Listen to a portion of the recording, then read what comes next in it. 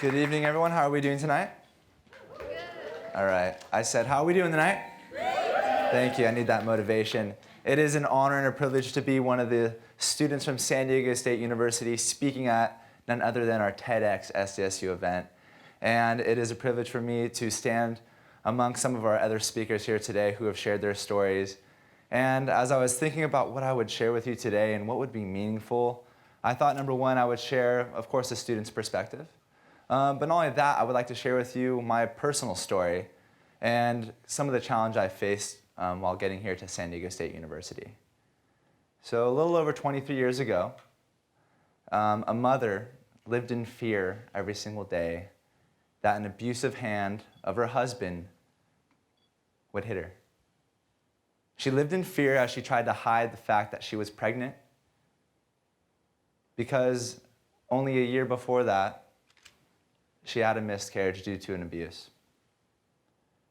Fast forward, December 16th, 1991, I, Joshua Travis Morse, was born.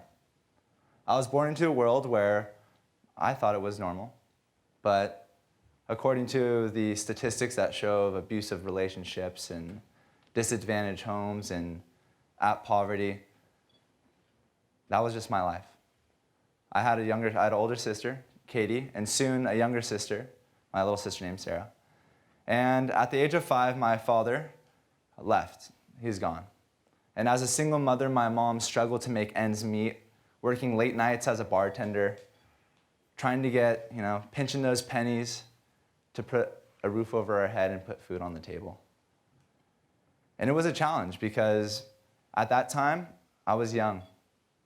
I was 9 years old and going to school, and I just wanted to fit in. I just wanted to be like every single other person. But I often went to sleep hungry. I often had to wake up in the middle of the night to the sound of my mother crying because she was a victim of abuse from another boyfriend, another guy who was in her life. And it got to the point that I was so shaken to my core, I was lost. I was confused, I was sad, I had all these emotions, and I'm a young man, a young boy, trying to make sense of all this. And so, after my mom was arrested at age 10, we lost our home. And her job, she lost her job, the only source of income, providing a roof over our head, and thus we're thrust out onto the streets. Being born and raised in San Diego, California, it's often hard for people to fathom the concept that there's homeless families in San Diego, there's homeless people in San Diego, and they're not just the elderly or the veterans that often people associate with, they associate homelessness with.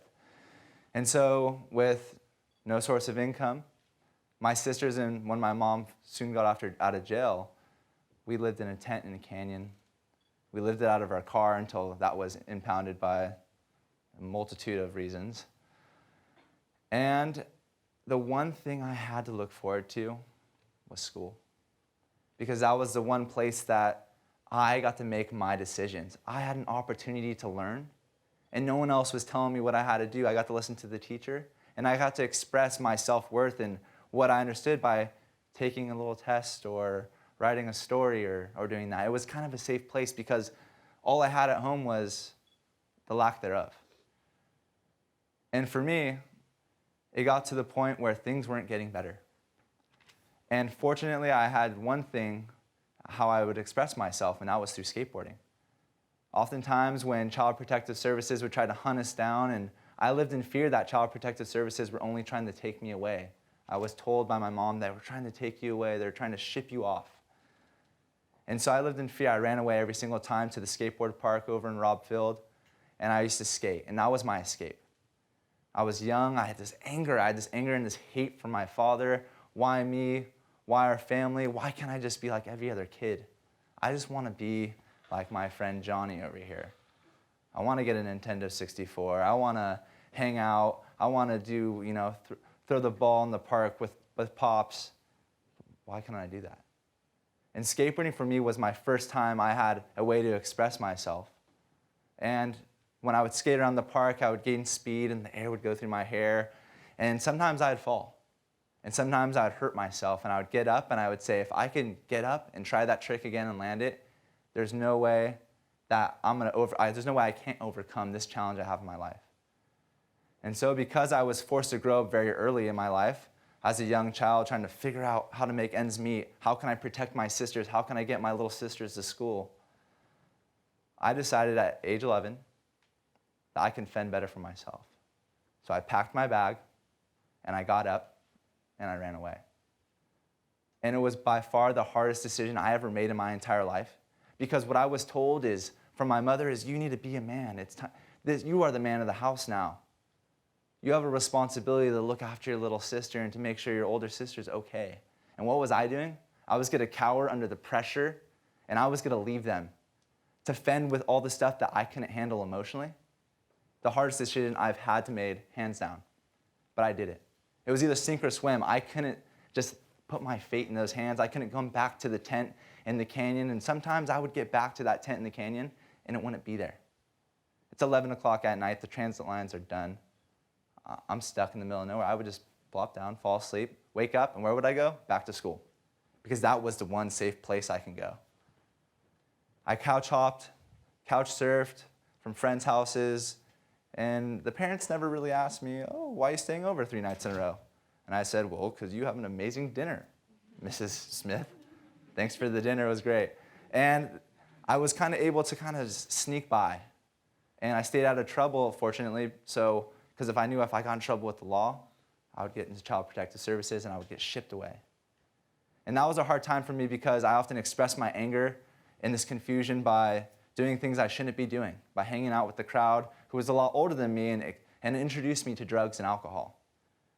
And so at a young age, I was doing drugs and drinking and getting caught up in the wrong things.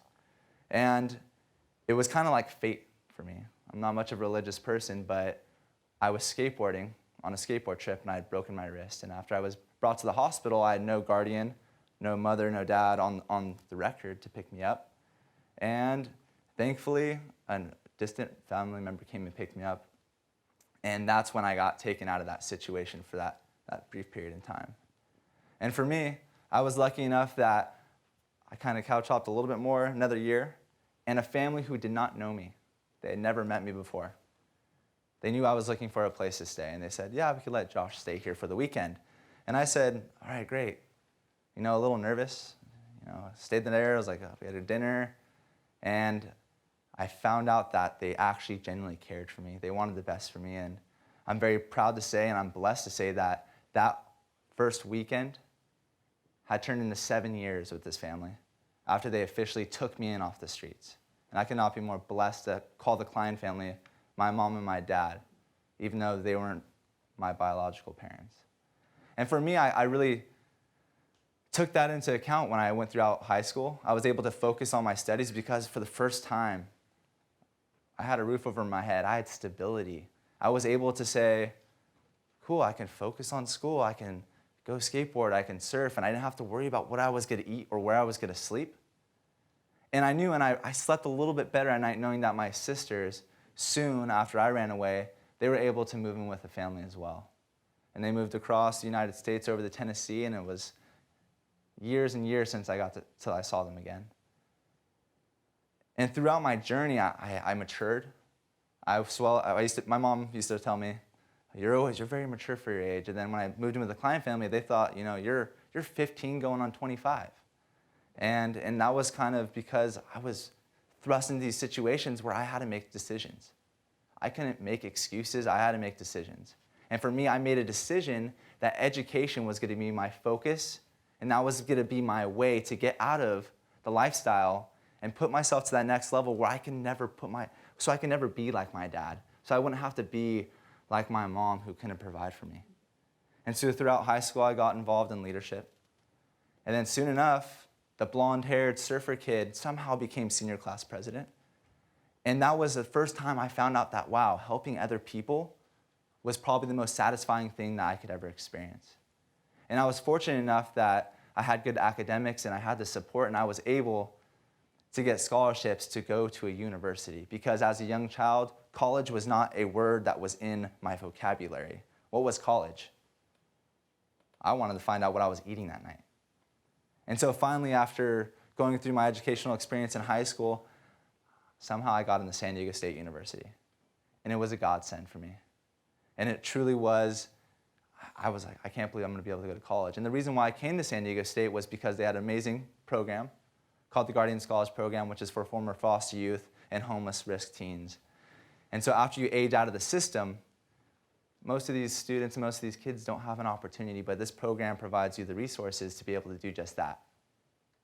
And I found out that, wow, if I can get involved on campus and I can get involved with this program, maybe I can change someone's life. Because I know I would not have gotten to this point in my life without the help of others, without the support of private donors, supporting my scholarships, without mentors in my life, without people saying you can do it. And that's where I found my second form of expression that changed my life, and that's service. Service for my community. I got involved with many student organizations while pursuing my degree in finance, and I kept on wanting to do more. And at times it was overwhelming. It was hard for me to say no.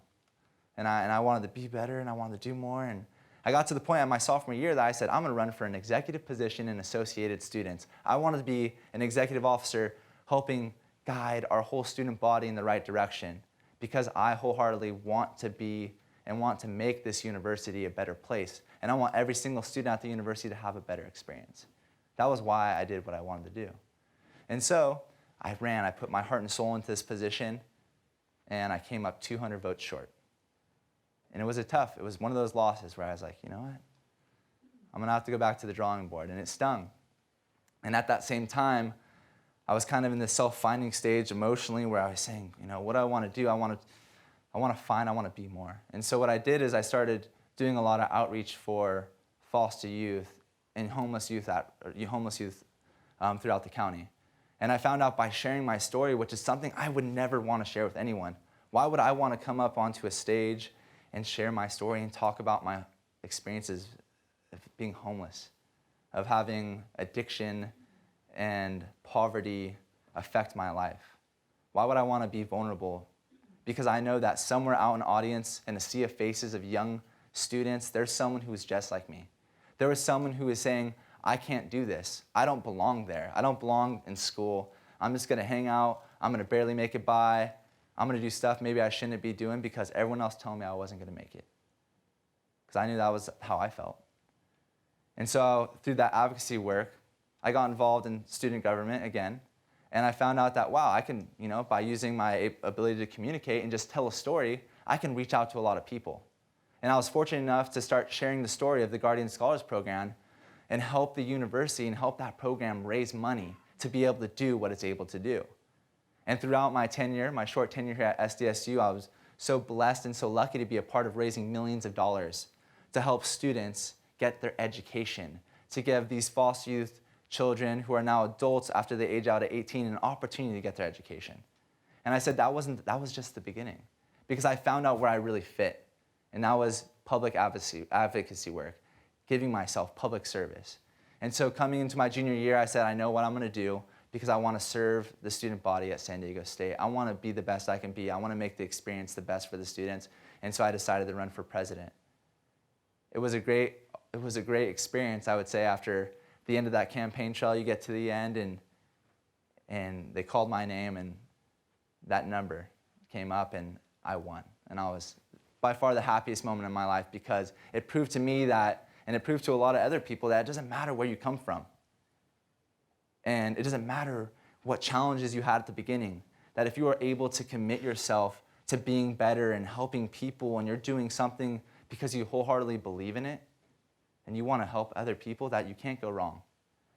And I've had the opportunity this last 6 months, and I'm still president, and to be president of the wonderful student body at San Diego State University.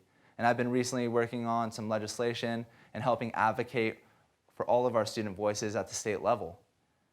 I actually just got back from a conference 30 minutes before the event started. I drove down here. I was not speeding, I promise.